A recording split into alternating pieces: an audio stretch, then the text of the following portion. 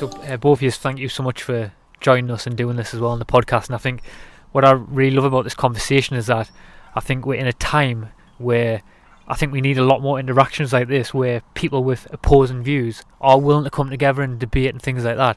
And I think it is a very interesting time where we can do this. But I was thinking maybe just a good way to start this would be maybe just for yourselves, just to introduce yourself to the audience as well, a bit about your background and sort of things like that. Do you want to go first, Dave? Yeah, I'll go first. Well, I'm Dave. I've been a researcher into topics of the truth for about 15 years now. Looked into various aspects of the truth, starting with 9/11 and going on to various different topics from there. So I got into the flat Earth in the summer of 2014. Just come across a strange video talking about weird experiments, and it also told me about the curvature calculation, and I was a bit surprised at what that calculation was, so I went out and tested it and found that I could see way more than I'm supposed to be able to see, and that's what started me off. Yeah, well, over to you, Pierre. Yeah, so I'm a postdoc at the University of Sussex. I'm very happy I'm here. I must say this sort of podcast is probably not something that I would watch myself as a scientist and as a person, but of course this means that this is very different public, from the one that I'm interacting to, and of course that makes it way more interesting. So I'm actually very honored to be here, and I think as you said, we need to have more of these interactions. So for me, I am a researcher at the University of Sussex. I've been here for a few months now, since May, and I study particle physics, which is the fundamental constituent of nature, the one which we can't go any smaller by by observation, essentially. So we have, there is a theory which is essentially self-contained, which is sort of what I do in my daily work, try to see and to understand this theory. And this theory is called the standard model of particle. And so we are trying to essentially measure the free parameters of the standard model with experiments like the Large Hadron Collider, or some experiments I'm working on actually, which is on neutrinos. This is what I am. Cool. So maybe Dave, I was over to you, and I was just going to ask you maybe what some of the sort of the leading points in your mind why you think obviously Earth is flat. Okay, leading points. Well, the first most obvious is the complete lack of curvature. No matter how much we try and find the pesky curvature, we can't find it.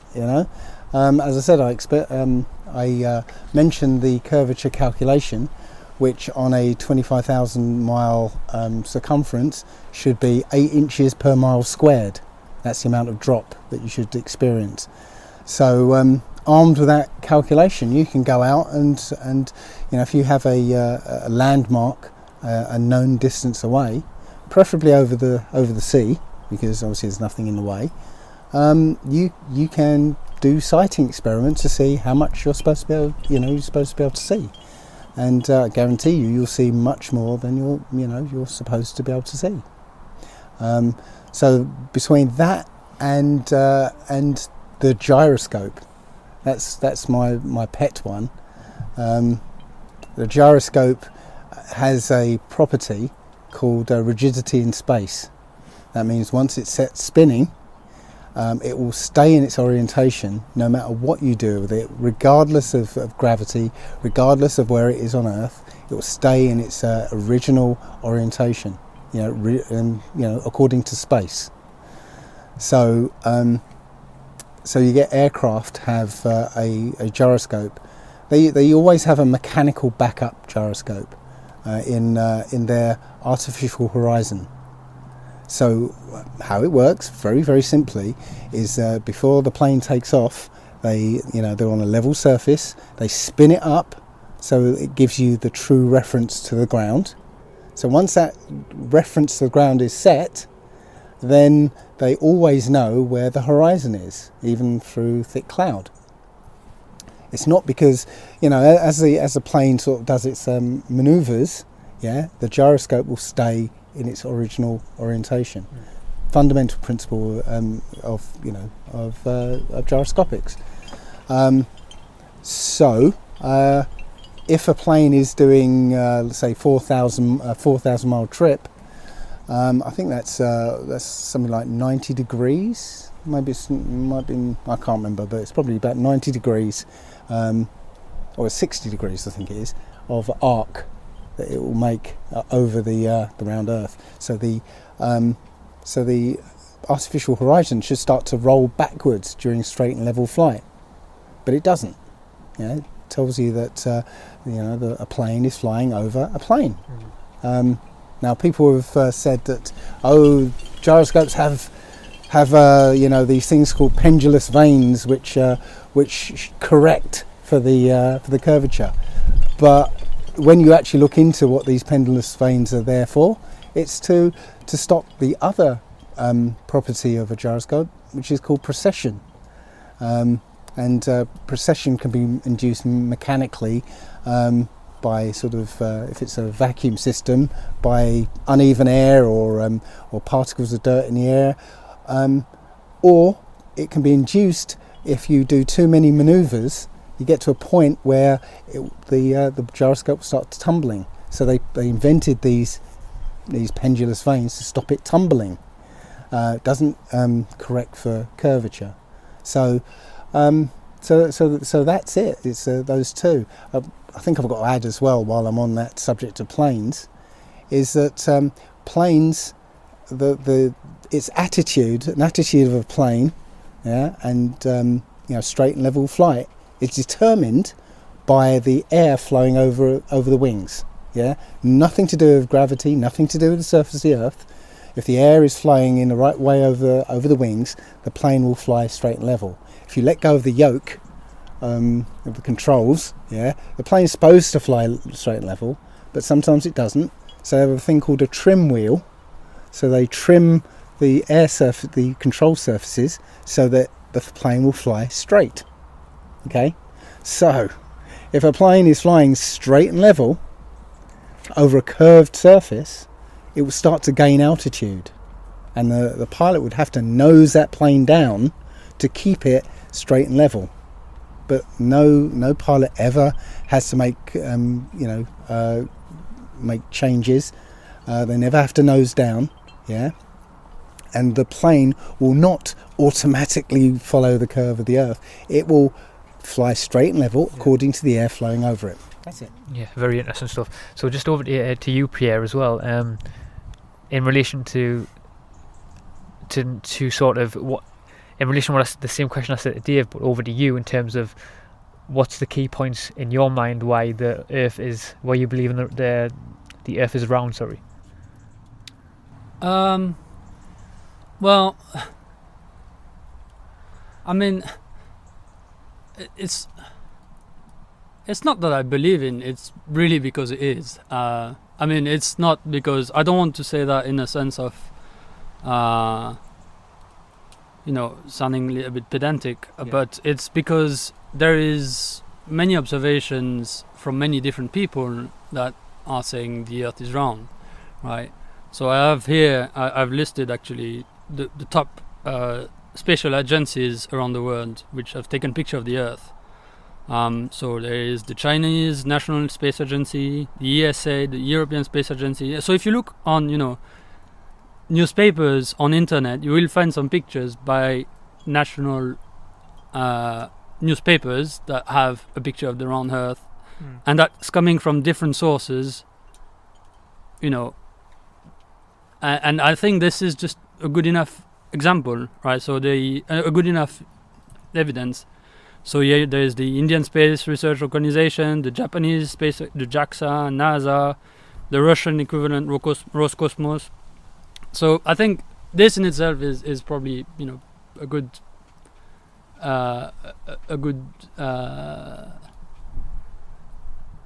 proof, right? I mean, I don't really there is.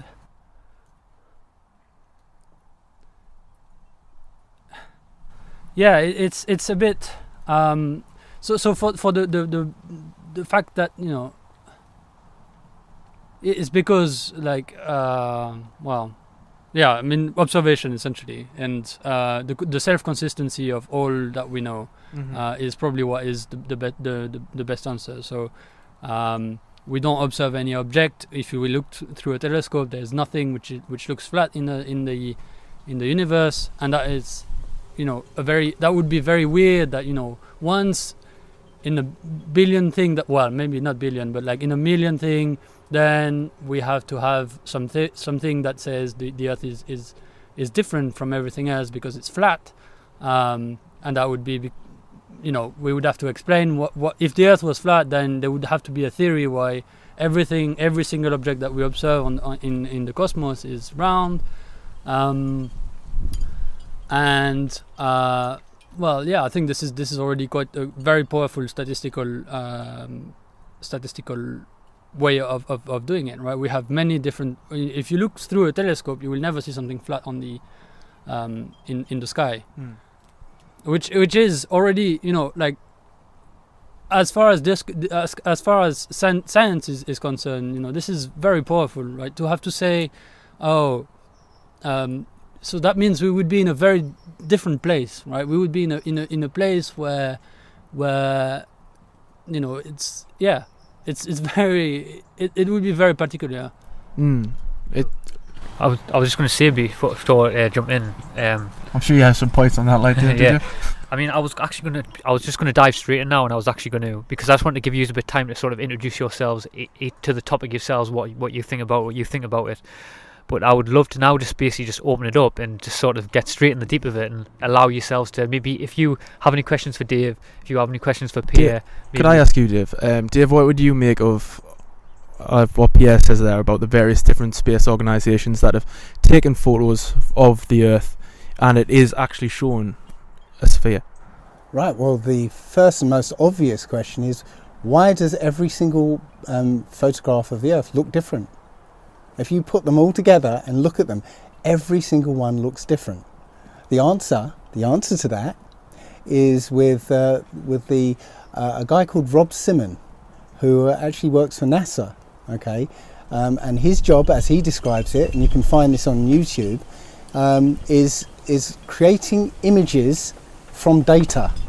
Yeah, so he gets a load of data, and he creates a picture of Earth from this data, and you'll see that he says, you know, I have to I take the clouds out, and I have to put a layer over it to simulate the atmosphere. I have to put something called a specular highlight, where it's where the sun would reflect on the sea. I have to, you know, give it depth. I have to make, and he says how he artistically creates this image. It's called the blue marble, yeah? And he says, I don't know what it's supposed to look like. I'm not an astronaut. I've never seen it, right? But this is what I think it looks like, yeah? Now, I can tell you that in every single one of these space agencies, there's a Rob Simon creating these images from Photoshop. And I think the famous line he says, it is Photoshop. It has to be. Yeah. So I'm sorry, every single one of these so-called images from space, right, are not photographs. They're composites. They're made up CGI, and doesn't matter what space agency that who's producing them, they're all getting in on the bandwagon of taking public money for, you know, and giving lies for it. Yeah. So, I mean, if we look at what we have in front of us, and we would take different cameras, you know, take this one, take your phone, take somebody else's phone, take a big DCR, Nikon, super smart, cool one, then we would get a different image. I think this is really clear, right? So that means technology and what exactly we're recording on the tape is going to make, you know, the image different. And I think this is different. Really how? clear. Different how? Different how, as in the number of pixels, the internal resolution, the whatever objective you put on Colors? What do you mean? The colours be resolved differently. Yeah, the colors be resolved differently Size because of continents change. Huh? Size of continents change. Well, it's different space. Well, Different space, different. in different, you know, you could take it in around different place, and then, you know, right, this is my hand, right? If I look at it in this way, then it will look different, and I'll take a different picture. No, I didn't say different in orientation. I said different size. There's. But it looks different in the size, right? Like if I have it very close and if I have it very far. Yeah, but in relation to the Earth, the size of the Earth, yeah. We've got multiple pictures of the United States, for instance, where they're different sizes on the Earth. Yeah, we've got things like pictures of Australia, yeah, from daytime and nighttime with exactly the same cloud formations above it. You know, like clouds do not move apparently. I particularly have a picture. Galileo, which is taking the 25 shots over 25 hours, showing the rotation of the Earth. Right. Well, there's some very particular cloud formations on it. Yeah, that don't move over 25 hours. Yeah, but I've also found a picture taken supposedly of Antarctica from space with exactly the same cloud formations. Yeah, which they're using a cloud map. So I'm sorry, what? So if I had to do this, right? If I had to make clouds, then I would use a random number generation, and there would be no possibility of having the exact same clouds. What I think is happening is, it looks quite similar, but to be honest, I also have the impression, as you said, those images can be photoshopped, then I think you might be looking at photoshopped pictures as well. Sure, but go to NASA, download their big blue marble image, and then you'll find on that image what they call clone stamped clouds. Yeah. So in Photoshop you have a tool called the clone stamper. Yeah, where you sample a part of the picture and you can stamp it in various places. Yeah. So you find that most of that image is made up of clone stamped clouds. You can get it, download it yourself, and find it. You know, nature doesn't create sort of multiple versions of the same cloud. Yeah. So. Sorry, I was just going to... You go ahead, right, Ed. I just... Also, the other thing about the blue marble... So I don't know what is blue marble. But there is also a whole part of science which is very important, you know, for me and for the weather forecast and all of this, is predictions and model building, right? So I'm not sure what is exactly blue marble, Matt, but I have this impression that you're talking about some people trying to replicate, you know, the behavior of the Earth, the behavior of like how clouds are moving, and how, you know, sort of like the system of the Earth, right? And that is, you know, at the end, that gives us something which is probably really close to what we know as the system of the Earth round us and something like that. But this is just a model simulation, and the reason why we do that is we want to like try to infer what is going to happen, you know, for weather, what is going to happen for climate change and things like that. So this is, you know, science is about trying to understand what we see, right? So there's the whole part which is observation, and we have to observe what we see and taking data. But there's another part which is we have to predict which model can actually fit this data, can make it look like what we are seeing, right? And this is what the whole area of model building. And I'm not surprised that there is somebody like that in NASA whose job is actually to like make the Earth, create a simulation of the Earth, right? Because this is what is being used. We want to have that, right? We want to have this sort of things and have a complete understanding, because if we can simulate it and then observe the exact same, you know, and take a picture and take the exact same picture as what we've simulated, then that means we have a complete understanding of the system. We're not talking about a simulation, okay? in 1972, the only image that's supposedly a photograph of the Earth, was taken by, I think it's Apollo 17, right? It's the only one that is ever acknowledged to be an actual photograph. Now there's footage from Apollo 11 showing how they faked, seeing the Earth as a ball in space by turning off all the lights in the cabin, having the porthole in the spacecraft, be the circle of the Earth, the Earth filling up the whole porthole, and then putting a piece of card in to represent the Terminator, That was them faking a photograph of the Earth from space, okay? So the 1972 image is suspect, okay? So NASA basically says that every other image, including the blue marble, which is just a photograph, it's not simulation, it was just there to create a photograph, supposedly, Every other image that NASA puts out is CGI, But it's not only about NASA, right? Well, there's Chinese, all European, the others Indian, too. Japanese. All of the others too. They're all getting in on the why act. would there be this sort of conspiracy? What would these people gain to do this sort of things? On the really base level, okay, NASA gets something like 58 billion.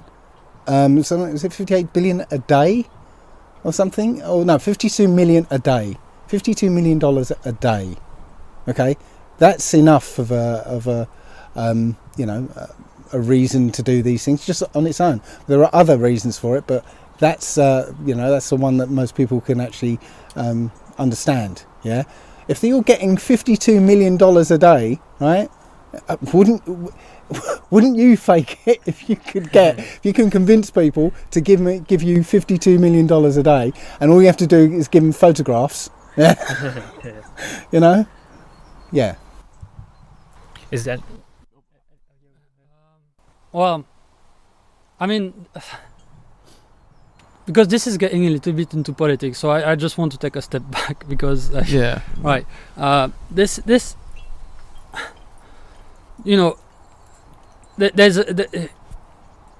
what would it prove for me to convince you of the inverse, right? Because if you told me, right, oh, well, we have, and I'm going to look those up, right, the gyroscopic effect, etc.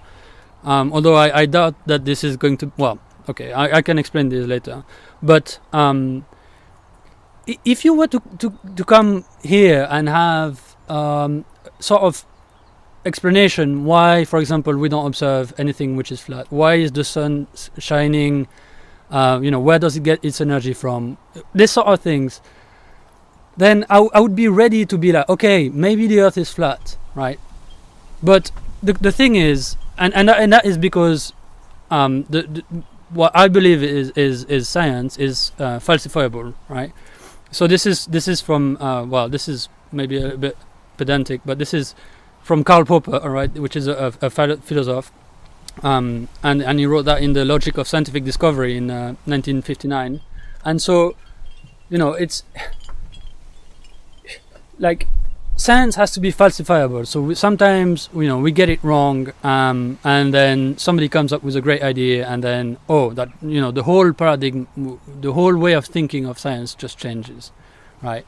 But that NASA fake photos doesn't really change the way science is. Nature doesn't really care about NASA, right? It's not like all this is like, this is all upstream political.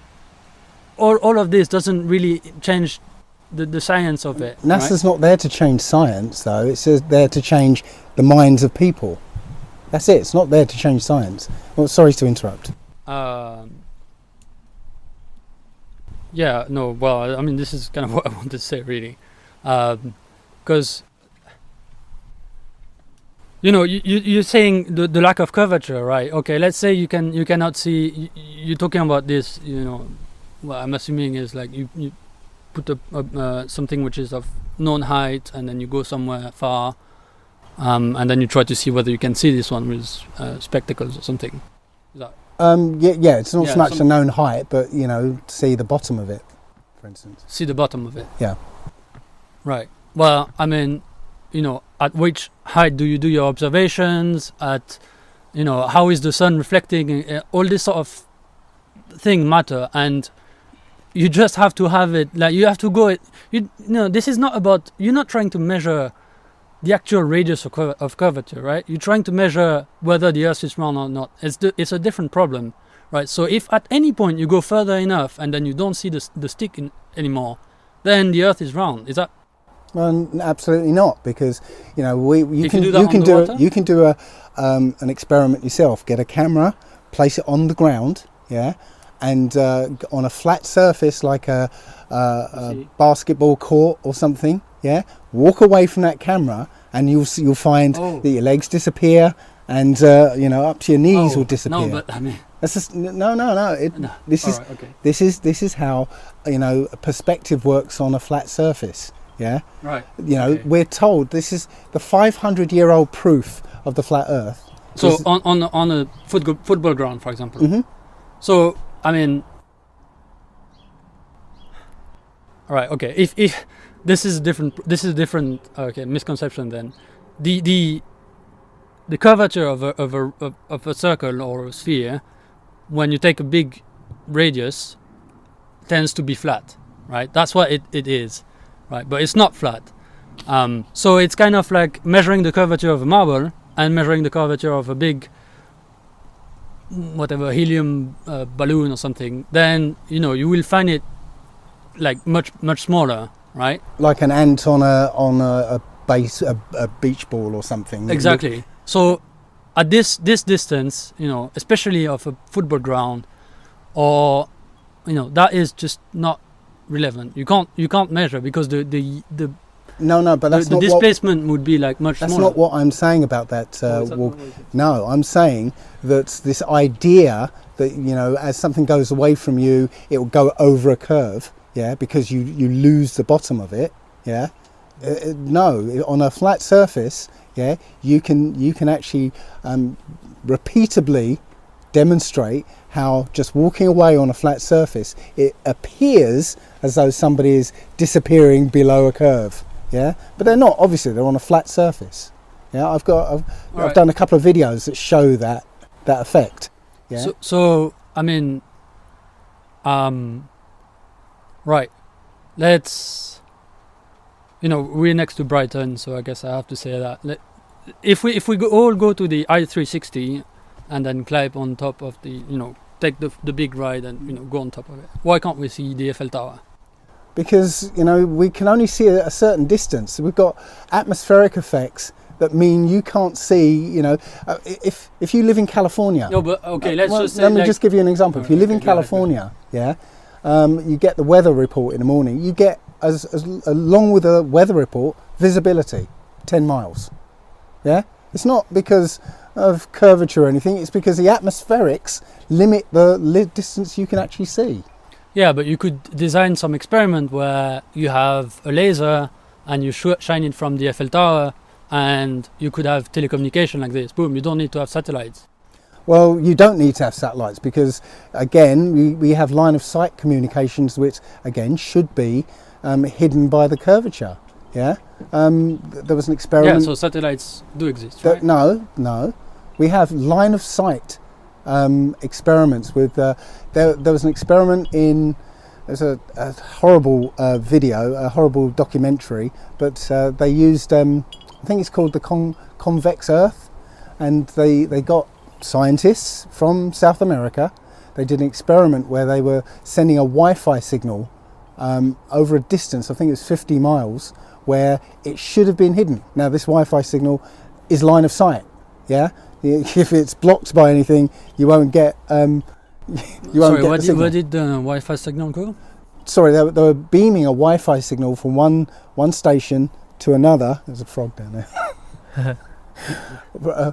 Beaming a Wi-Fi signal from one station to another one 50 miles away. Right, the curvature should have blocked that signal. It's Wi-Fi, line of sight. Yeah. Well, it depends on which height did this. Radio. It's radio. It's line of sight. It can't go through the Earth. Yeah? No, but it depends on which height you. Well, no, they were doing broadcast. it, the height is taken into account. You can go online and get the Earth curvature calculation. One of the parameters you have to put in is your eye height. Yeah, so it's taken into account. Okay, I've got pictures of the White Cliffs of Dover from Calais or Boulogne. I can't remember. Boulogne, I think it is. Yeah, it's 31 miles away from the White Cliffs of Dover. Yeah, the eye height is 30 feet. Yeah, that's where the picture was taken. And with the Earth calculator, the cliffs are way higher than that. I know. But with when you can you plug see the base of the cliffs? When you plug those figures in, yeah, it should be 353 feet should be hidden. Yeah, the cliffs are 350 feet. Yeah, and yet from that picture you can see the base of the cliffs. You can see all of the cliffs. Yeah. What I'm saying, I'm not making stuff up here.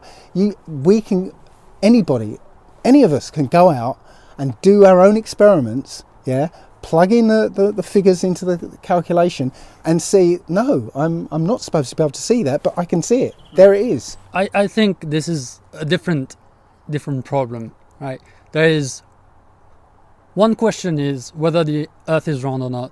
The other is what is its actual radius. All right, I think I can and trying to measure the having like some actual numbers and figures that you put in those calculations, right, is actually quite complicated. It's not because the radius is so big, then you need to have like very precise instrument to do this sort of measurement. Not really.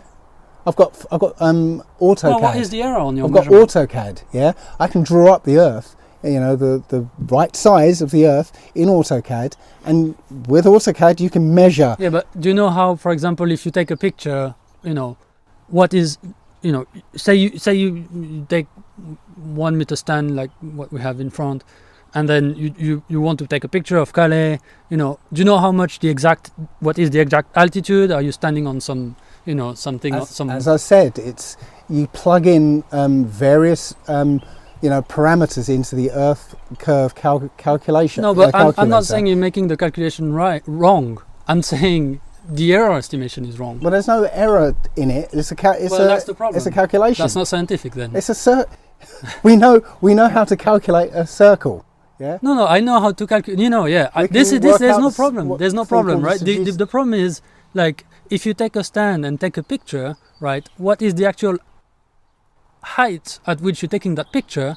That is very important when you're trying to make this. And I'm trying to say, included in the calculation, right? I said 8 inches per mile squared. Yeah. That's the base calculation. But you can go online, and this Earth curve calculator, right? One of the parameters is what's your eye height? What's the height of the target? Yeah. What's the distance of the target? Yeah. And you plug that in, it tells you what should be obscured even from your eye height. Yeah. And again, you can take that into consideration. But what is the error on your eye height? Like, what is your error? Like, what is it? Plus or minus 10 centimeter? Is it plus or minus 2 meter? Is it plus or minus? Where are you standing when you do this sort of calculations? Okay, when you do the calculations, you go to sea level, because as I said, most of sea level. But you have tides. Where do you actually stand on the beach? Sea is level, no matter where it is. Yeah, the sea. That's why it's called sea level. Yeah, water finds its own level. Yeah, but so if you go down to the beach, and you measure up from sea level, no matter what the tide is, because the water's going to be level. The tide is the same opposite. Right, it's going to be right. So the height above sea level, right? So then you can do. So I would say there is at least 2 or 3 meter in errors in the sea level. Okay, let's assume you're right. Let's assume you're right. 2 or 3 meters. Yeah, difference. But your eyes. What is your eye height? Right, the eyes is that. Sorry, I missed what your eye height. Yeah. Right, is 1.5 meter or 180 centimeter or something. Okay. Right, so the error is already bigger than what. No. Is that not true? No, because as I said, you plug in the actual eye height. You measure your eye height above sea level. Yeah. That's one of the things you do to get the right value. Okay, you include the eye height. okay, it calculates what that curvature So your should. eye height is in between 0 and 3.5 meter. It's Because you have in between- waves and you can't measure exactly where you're standing on the beach, exactly like where is the actual sea level. the actual sea level is where the water is. You Water have waves, right? water finds its own level. Are you saying that No, I can't I'm not measure? saying that. I I'm can't not saying measure it. that. I'm just saying that, you know, if you go, where do you stand on the beach? You know, where, like, it's like, all I'm trying to say is that there's like Here's the doing- sand. no, here's no, the water. you measure from where all that. I'm trying to say water bit is like for this sort of measurements, right, which are actually required to be quite precise, you need to have proper error estimation, the error that you're making on every single thing that you want to measure, right, that you're trying to measure, and that is how you're going to make it. And if you do that, well, I can guarantee you that you're going to find that you can see the over whatever you want. Really? Yeah.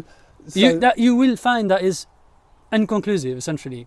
yeah, no, that's what you're saying, yeah. But, Yeah, I mean, but as I said, we can go out. You can go out, and you know, unless you want to do the scientific thing and fudge the figures, yeah, add in a constant, yeah, which you know, scientists will want to do. Oh, yeah. I mean, Add in a constant. Let's add in an error constant, and now we can see. The error constant is No, inherent into science, right? We can't do science if there's no error calculation. That's just I'm sorry.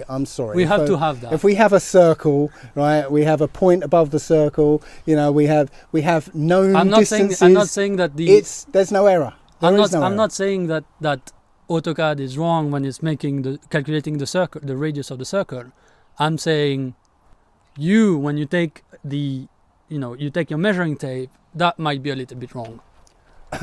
Again, water finds its own level. So where the water is at my feet is the same place the water will be. You know, that's why you get like you can test this with a clear tube. Fill it with water. Yeah, you sort of mark where it is.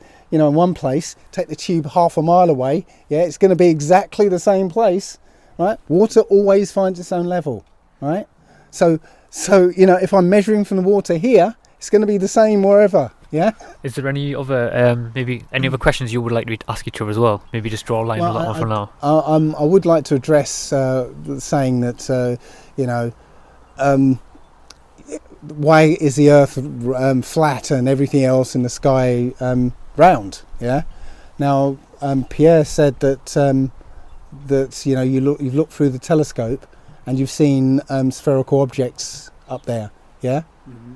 Well, that's where I've got a problem, because you know, it takes two eyes to render 3D. Yeah. So if you're looking at something through a telescope, you can only see it in 2D. It's a blob of light. It's not spherical at all. If you see anything spherical with one eye, right, you're making that up. Seriously. Right. You can only render 3D with how two would eyes. that look like then? What I'm How saying would that is look a like? We blob would of have light. to have, like, in this extreme, maybe this weird configuration where every single flat object that we observe is looking straight down at us. I'm at not the perfect saying angle, right? I'm not Otherwise- saying things are flat. In the stars okay. and what we call the planets and whatever are flat. I'm saying they are lights. Yeah. Have you ever heard of sonoluminescence? No. I haven't heard. Sonoluminescence is when you pass ultrasonic sound into a liquid. Yeah. You get it at a precise frequency. What happens is bubbles, it's called cavitation, bubbles will appear and then collapse. And as those bubbles collapse, it emits light. And you literally fire this sound into water and you get a light shining like a star. They call it star in a jar. Yeah. It's not a round light or flat light no, it's a light. Okay. So up there are lights in the sky. Yeah. And they're not spherical, they're just lights. But even if, you know, you categorically said no, they're spheres, you know, if you've got you're on a basketball court and there's lots of basketballs, you know, is the court supposed to be a sphere just because there's all these basketballs around? No, this is a special place. No.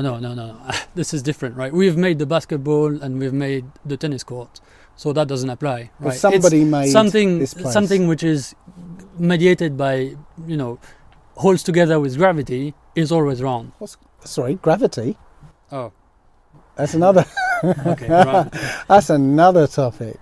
Okay, yeah. I mean, go ahead, because I'm not sure. Because well, maybe I'd have to explain that. But on a flat Earth, right? If there is a gravity, then you're attracted towards the center of mass, and the center of mass is in the center of a disk. So it's like literally, in the center of the disk. And as you move, on the side, then if you're attracted towards the center, then that means the gravity starts to pull you, in a slanted way, essentially.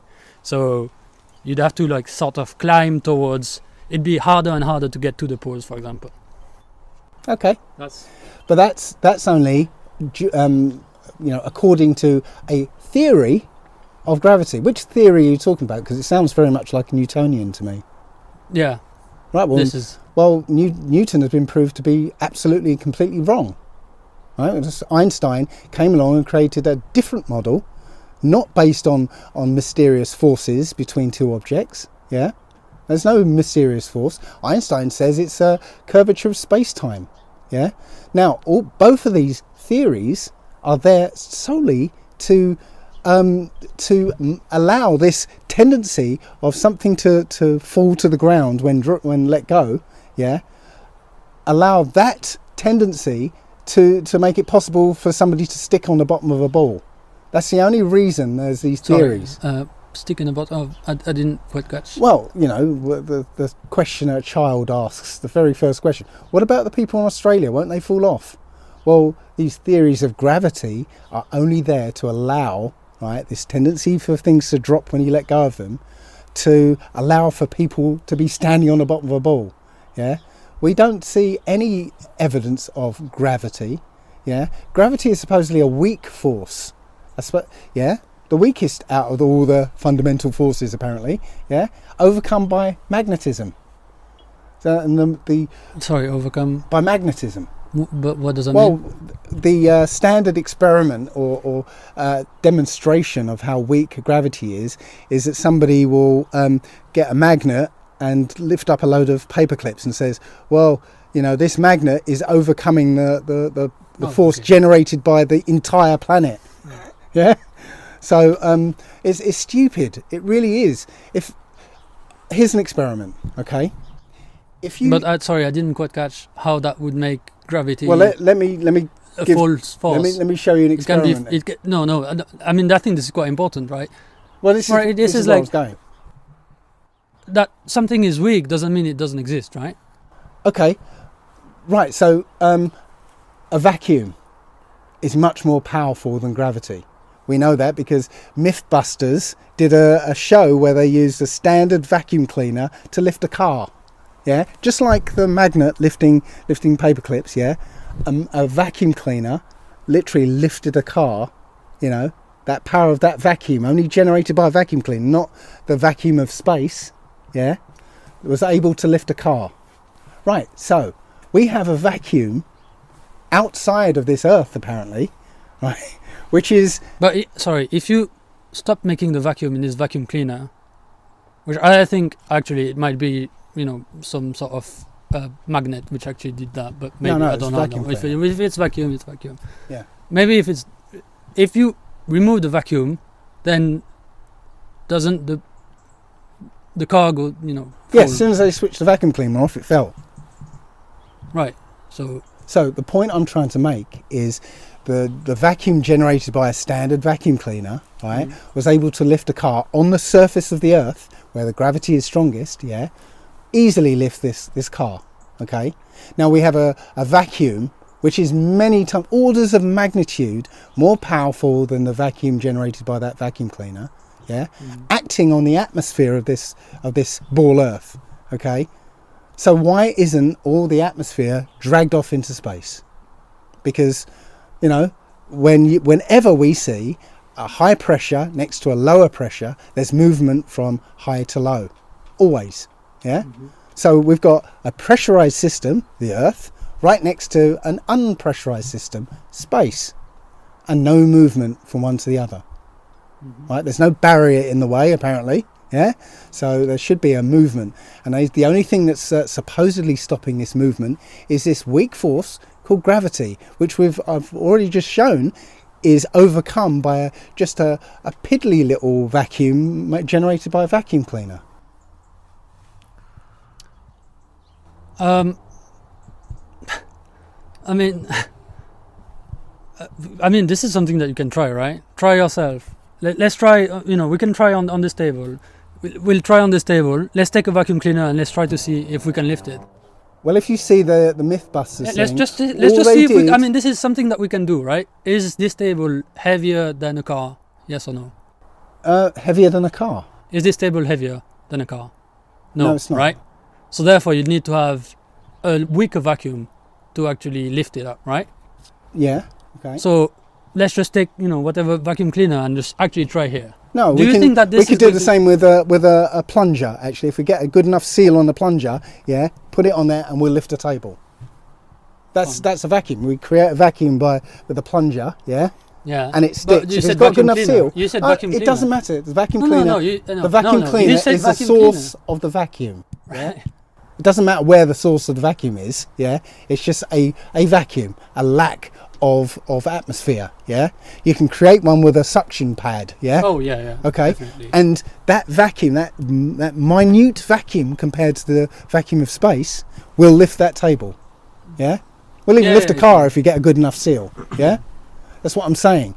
If you've got a minuscule vacuum that can overcome gravity here on the surface where gravity is supposedly strongest, yeah, why isn't it not sucking off all the blowing all the air into the vacuum? Yeah.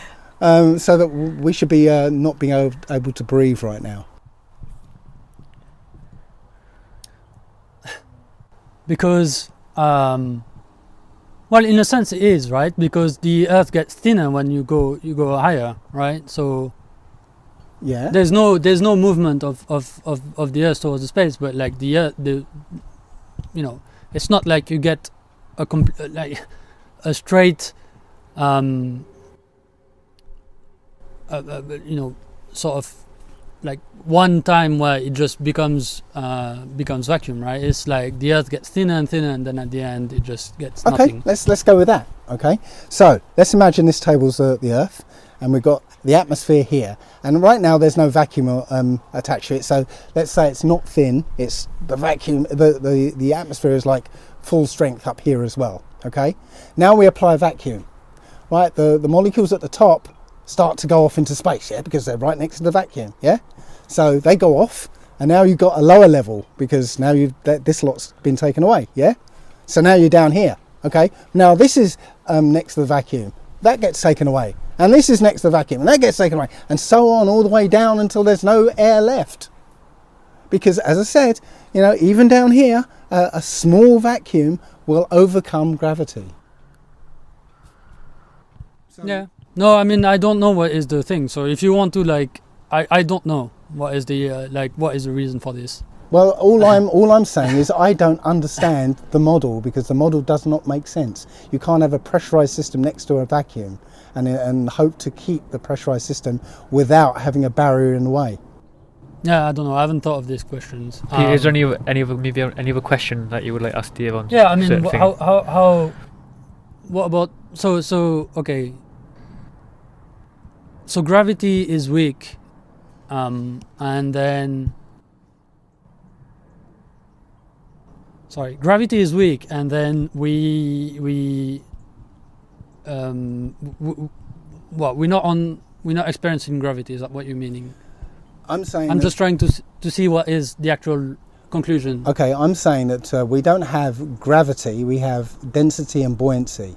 An experiment, the thought experiment I'll give you here is imagine if you had a gas bottle, yeah, an empty gas bottle, and you weigh it, and then zero out that weight, so the gas bottle is reading 0 on the scale, yeah. No, you tower it.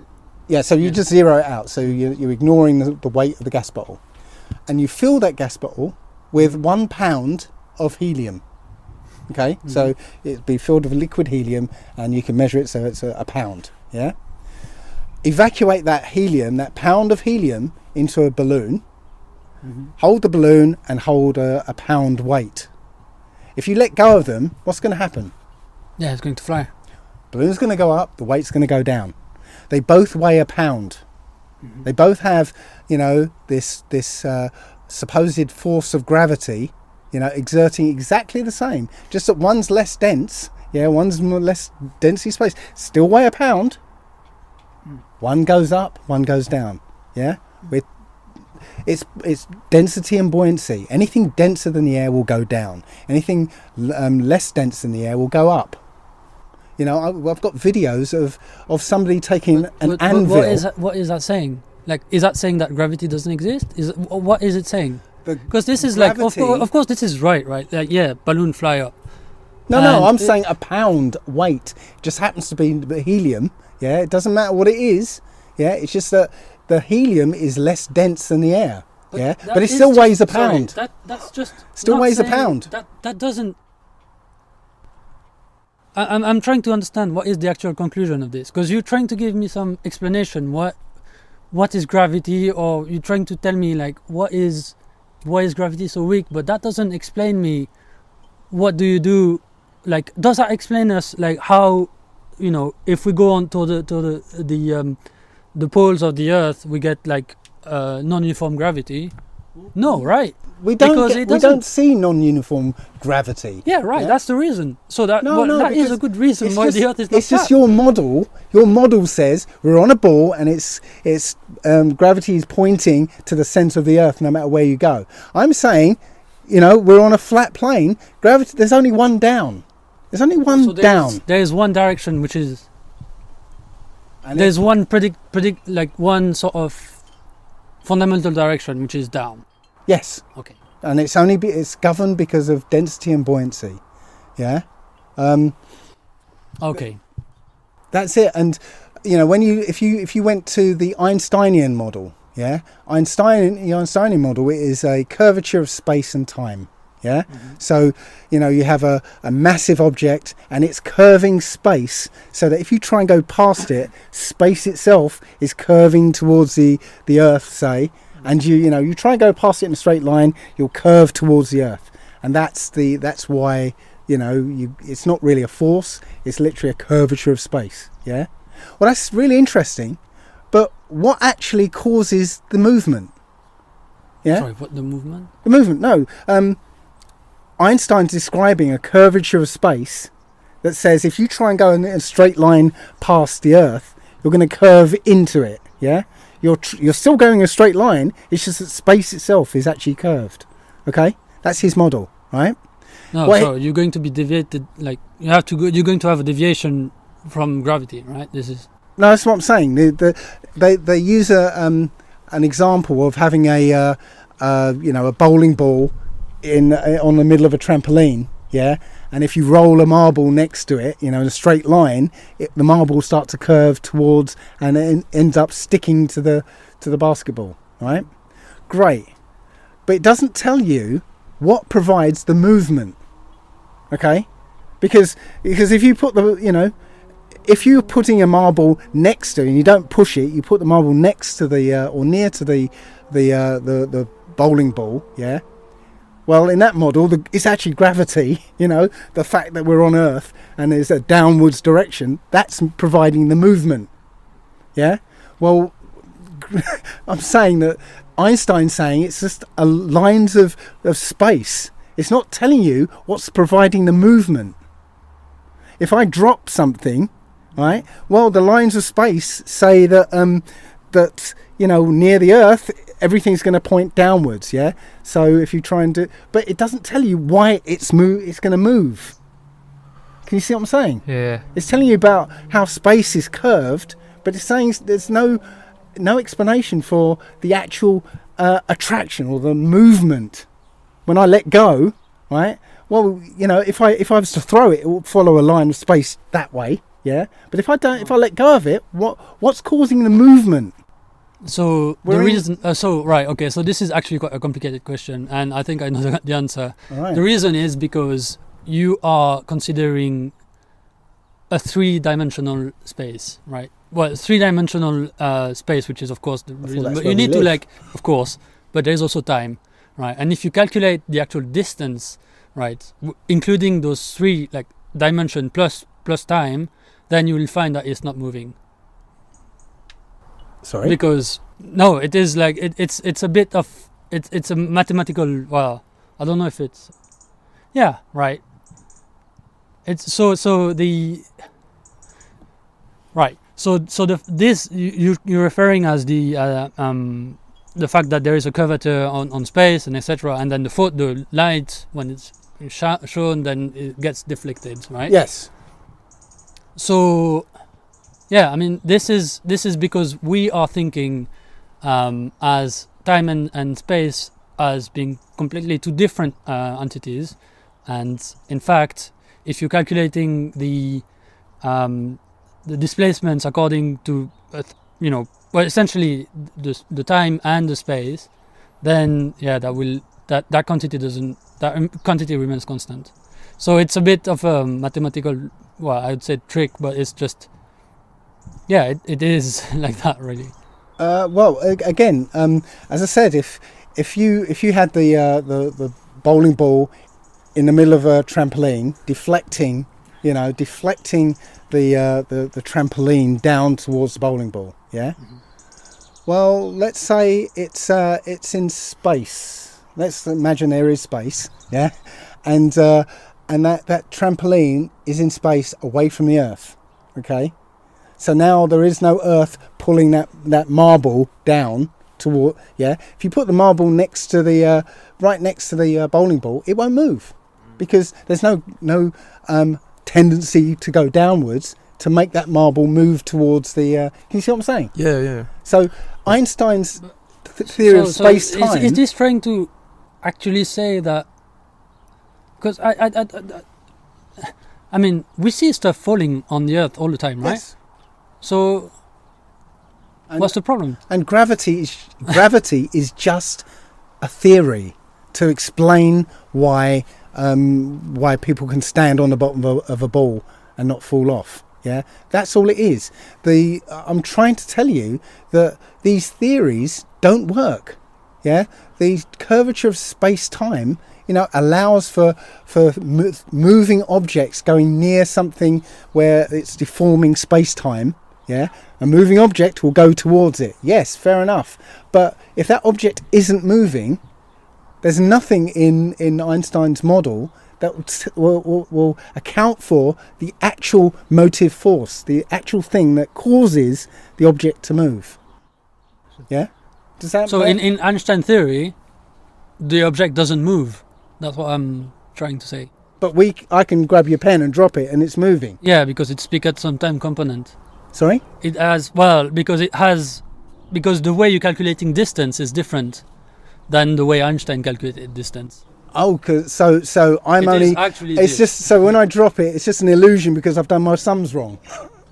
Is that what you're saying? No, no. I'm saying the way you calculated the distance, which is probably X, Y, and Z, is just not the way Einstein calculated distance. He calculated with the time, and if you do that, then you will find that this one doesn't move.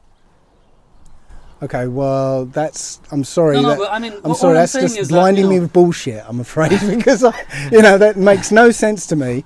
I don't know if I've made myself clear on what I'm talking about. The lines of space-time. Yeah, I mean, Einstein theory is really complicated, and I'm probably not the best person to explain it. But I'm pretty sure that this is the way this was done.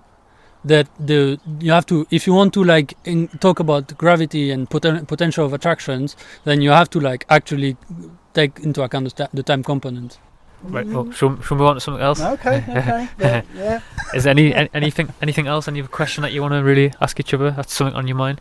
No, I'm. So what else? Yeah. All right. Okay. So we have this direction which is downwards. Where does this come from? As I said, buoyancy and density. Yeah. Normally, if you get an anvil, yeah, one of those big metal anvils, yeah, and you let go of it, it's gonna hit the floor pretty quickly. Yeah. If you get a metal anvil and drop it in a bath of mercury, guess what? It floats. Doesn't go down. Yeah. Somehow it's. But that's not a theory, right? Do you somehow agree the that this is mercury. not, no. Like you're getting examples, right, of what we see and we can observe, but that's not an actual theory I'm of sorry, why we I stuff think flowing that's going what down. science is, isn't it? No. You observe stuff. No, we observe make- things and then we try to explain it with some sort of mathematical concept. Why is stuff going down? Not mathematical concept. Or like Mathematical some is theory. just a tool. What I'm well, saying. it is. What I'm saying is that I'm seeing effects. I'm giving you an explanation, right? What is Density and buoyancy. Anything more dense than the air is going to go down. Anything less dense than the air is going to go up. That's it. You don't need a mysterious force or a curvature of space-time to explain it. The only thing, if you that you do need a curvature of space-time or mysterious force, is to explain how people can stand on the bottom of a ball. Okay. Yeah. Okay. I mean, yeah, but okay. Well, all right. Next topic. No. I guess. mean, like. I mean, if people are satisfied with this sort of explanation, then I guess it's fine. But like, that doesn't still explain. That explains why stuff should float, right? Buoyancy. Density explains why it goes down. According to what?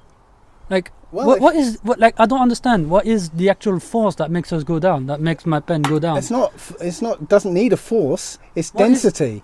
It's just, you can see the same thing. If you get just a balloon with air, yeah, put it on water, it will stay on top of the water. Yeah, but there is an actual equation that can calculate the buoyancy of something, right? A boat floats on the water. Because of balloon density. goes up. Because Right. of density. No. There is some actual mathematical concept that can say, oh, it's the pressure of the earth and the pressure of the water.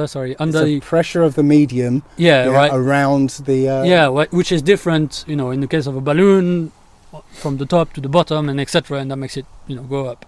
But there's no theory that say what is this stuff making it go down, which Well, is what gravity gives you. Well, right? if you accept that a less dense object, something less dense than the air, will go up, then you've got to also accept that something more dense than the air is going to go down. Right, let me try to continue then. So it's more the air is more dense on top, and then therefore it's less dense on bottom, and then that makes us go down, and then you can calculate like some sort of negative buoyancy or something.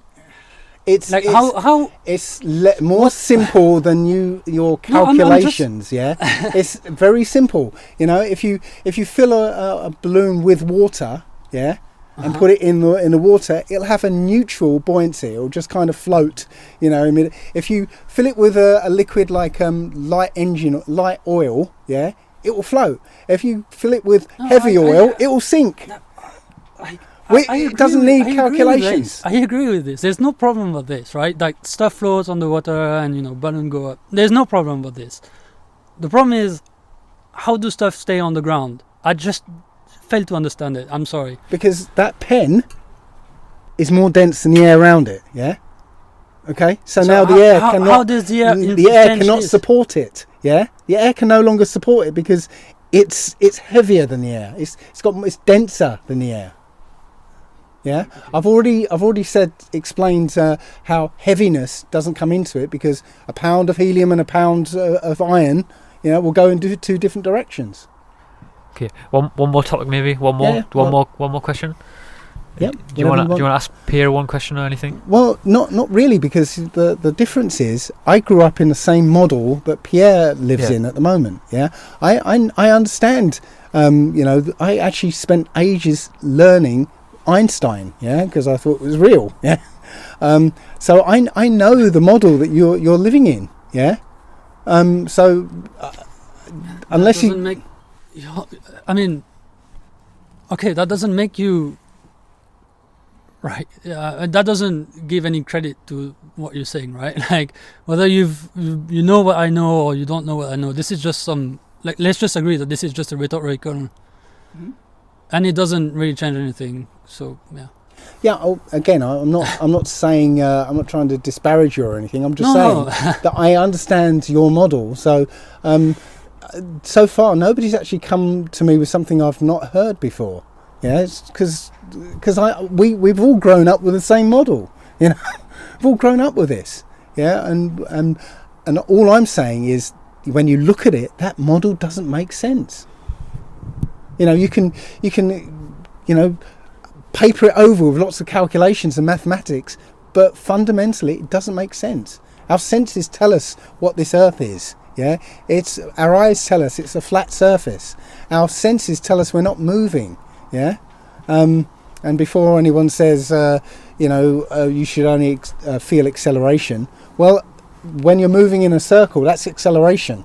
You're always constantly accelerating in different directions, so you would feel it. Yeah, we don't feel it. We're being accelerated in several different directions all at once. Yeah. Except if this acceleration is really small and then you couldn't measure it, right? Well, I don't know, 1,000 miles an hour, rotation of the Earth, 67,000 miles an hour around the Sun, 400,000 miles an hour being dragged along by the Sun. No, those are big numbers, but when there's a big radius, that doesn't, 400,000 miles an hour.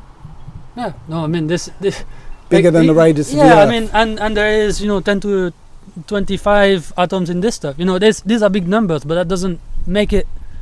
That doesn't change the validity or something, right? So if a number is small, like if something is small or big, that's sort of irrelevant to like. So you know what? If I'm sitting in a car and that car moves off at like 5 miles an hour, I feel it. I feel that acceleration. 5 miles an hour. No, 2 miles an hour. I feel it. So you're talking about speed, right? Talking about acceleration. Ooh, sorry, excuse me. I think the fire's gone out. Got a blank. You're talking about speed, but that's different from acceleration, right? The thing that you will find is going from 0 to 5 miles per hour, right? That's acceleration. Moving around in a circle is acceleration. Yeah, moving at constant speed, in a straight line is not acceleration. But moving at a constant speed in a circle is acceleration. Yeah, centripetal. Yes, acceleration. Yeah, I'm telling you that we're moving, supposedly in this model, in several different directions, at once, accelerating in all of these directions, and we don't feel it. We can have a lake that's perfectly still. You can drop a feather and it'll lightly go straight down, while we're being hurtled in several different directions at once. So no, this model doesn't match our senses. Okay. Anything like to add before we sort of wrap up? Yeah. Well, sorry. What I'm trying to say here is really that there is acceleration. All this, whether it's this is sort of connects towards to the actual fact that the Earth is round or not, right? The fact that we don't feel the acceleration, one explanation could be, and in this case is that the acceleration is too small at the point where we're trying to measure it, right? We can do that, right? Like if I'm in a car and I have something like accelerometer in my phone, and I accelerate very, very smooth, then I won't feel the acceleration, right? So this is one possibility, is that this is real, right? So we have to agree that like some of the science experiment that we're discussing here have very, very big scientific bias and errors that you need to take care of. But that you need to take care if you want to actually calculate what is the actual acceleration at which we should feel, because we're doing this, and there's the Coriolis force and etc. So this has been observed in the for climate and for weather. But those experiments are interesting because we the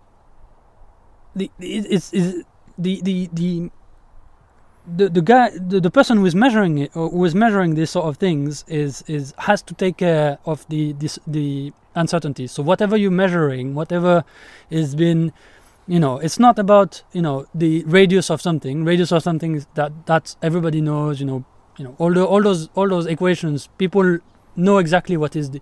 You can know exactly what is the radius and the curvature, etc. But what you're using to measure, that can be a little bit wrong. And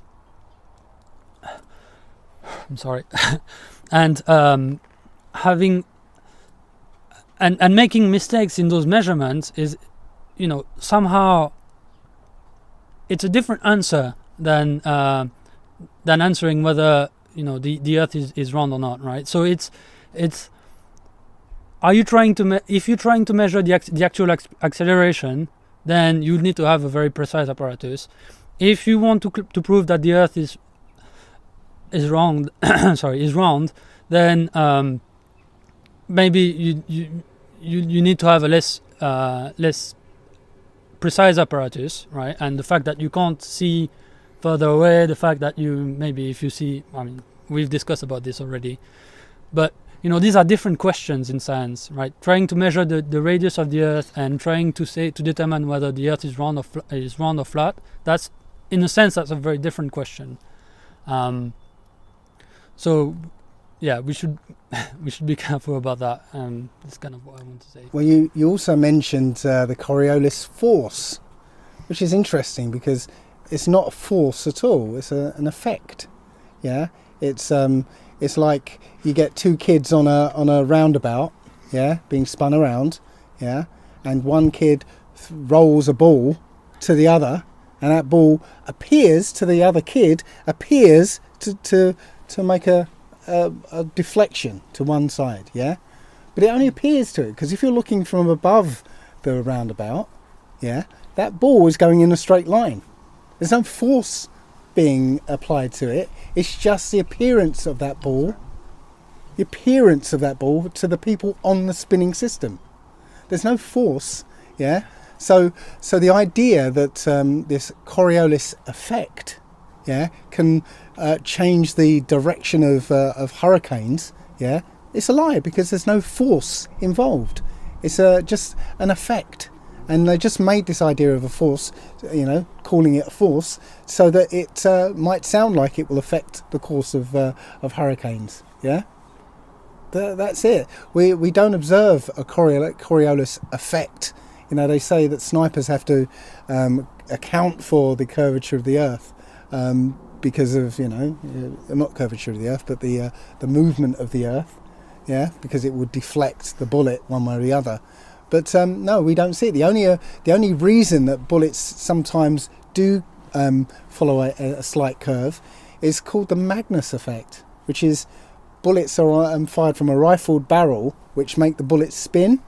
Yeah, and when a spinning object is moving through air, it'll be deflected. Just like David Beckham can kick a ball and put spin on it and allow that ball to curve around in a circle, in a nice, neat curve. But yeah? Those effects could happen. Once again, the fact that this effect exists doesn't really change the conclusion whether the Earth is round or not, right?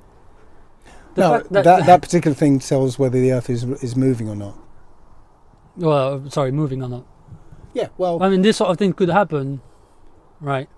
Well, you get the Magnus effect curve. If the acceleration was small enough so that you couldn't see it at a distance of... You get the Magnus effect curve. It doesn't matter which direction you shoot in. You would only get this Coriolis effect if you shoot north or south. It's only north or south when you get the deflection. Yeah, so you can get both, right? Right, but I'm saying Magnus effect will occur no matter which direction you fire in. Yeah, you don't, and it works the same no matter which direction you fire in.